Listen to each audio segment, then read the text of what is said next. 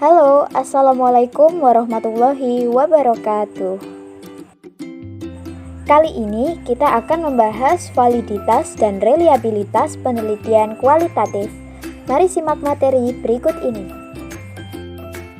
Baik, validitas merupakan derajat ketepatan antara data yang terjadi pada objek penelitian dengan gaya yang dapat dilaporkan oleh peneliti. Nah, data yang valid itu seperti apa sih? Data yang valid adalah data yang tidak berbeda antara data yang dilaporkan dengan data yang sesungguhnya terjadi pada objek penelitian. Bila peneliti membuat laporan yang tidak sesuai dengan objek, maka data tersebut dinyatakan tidak valid. Misalnya, dalam objek penelitian ini terdapat gajah di padang rumput, maka peneliti harus melaporkan bahwa terdapat gajah. Peneliti tidak boleh melaporkan bahwa ada hewan lain selain gajah, karena dapat menyebabkan data tidak valid. Selanjutnya, reliabilitas. Reliabilitas, menurut Susan Steinbeck, menyatakan bahwa reliabilitas berkaitan dengan derajat konsistensi dan stabilitas data atau temuan. Pengertian reliabilitas dalam penelitian kualitatif berbeda dengan penelitian kuantitatif. Hal ini terjadi karena terdapat perbedaan paradigma dalam melihat realitas. Dalam pengujian keabsahan data, metode penelitian kualitatif meliputi uji credibility, uji transferability, uji dependability, dan uji confirmability. Nah, bermacam-macam cara pengujian kredibilitas data, antara lain dilakukan dengan perpanjangan pengamatan, peningkatan ketekunan, lalu ada triangulasi, analisis kasus negatif, menggunakan bahan referensi, dan yang terakhir adalah mengadakan member check.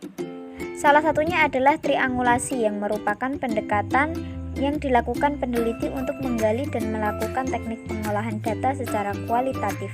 Di sini peneliti menggunakan waktu sebagai sumber data dan dicek secara rutin bagaimana perbedaan mahasiswa pada kuliah pagi, siang, ataupun malam hari, apakah mengalami perbedaan atau tidak dalam melaksanakan kuliah.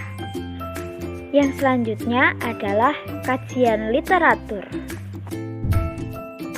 Triyono mengatakan bahwa kajian pustaka mencakup uraian yang mengenai kajian literatur yang menimbulkan gagasan untuk menyusun kerangka pemecahan masalah. Berikut ini beberapa langkah dalam menyusun kajian literatur. Formulasi permasalahan. Dalam formulasi ini, penulis akan memilih topik yang sesuai dan menarik. Selain itu, permasalahan yang diangkat harus ditulis dengan lengkap dan tepat serta akurat. Dalam mencari literatur harus relevan dengan penelitian, sehingga membantu kita untuk mendapatkan gambaran dari suatu topik penelitian.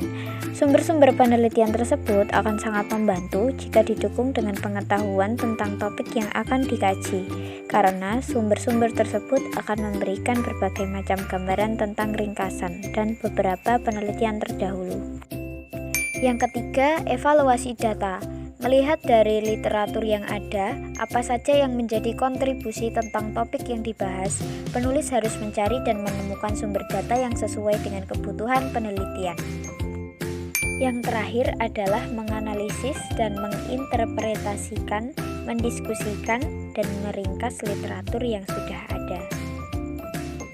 Dalam mengolah data penelitian kualitatif pada bagian kajian literatur, kita bisa dibantu dengan beberapa software seperti NVivo ataupun Mendeley.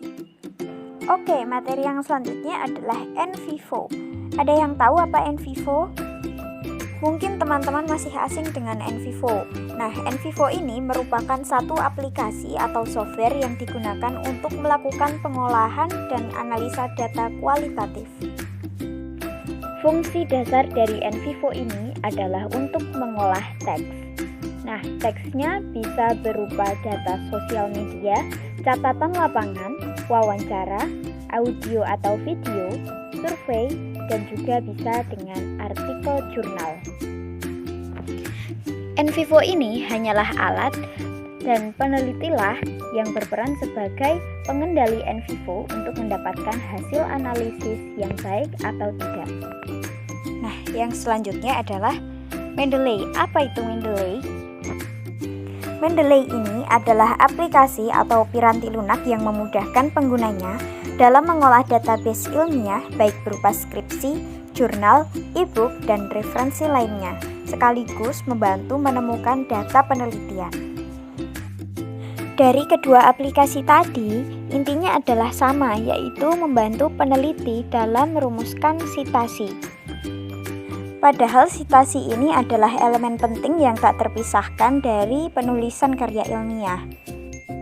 Penulis saat ini masih banyak yang belum menggunakan aplikasi atau software sebagai alat bantu untuk mensitasi. Hal ini akan memberikan beberapa dampak apabila tidak menggunakan aplikasi atau software. Dampak sitasi secara manual, yang pertama, terjadi perbedaan versi sitasi. 2. Sitasi tidak sesuai standar baku. Dan yang ketiga adalah terkadang kita sering salah ketik atau typo. Oleh karena itu, dengan menggunakan aplikasi atau software, sitasi yang kita lakukan menjadi lebih efektif, efisien, dan meminimalisir kesalahan akibat human error. Lalu, bagaimana cara melakukan sitasi dengan Mendeley? Oke, pastikan Mendeley sudah terinstall pada laptop dan install lagi plugin telah berhasil dilakukan pada sistem operasi Windows. Maka akan muncul tampilan seperti ini. Melakukan sitasi dengan Mendeley mudah dilakukan, yaitu dengan cara mengklik menu Insert or Edit Citation pada toolbar atau menu Mendeley. Nah, setelah ini akan muncul tampilan pencarian judul pengarang dari database Mendeley. Setelah itu akan muncul tampilan seperti ini, lalu klik data yang akan dipilih, kemudian klik Cite.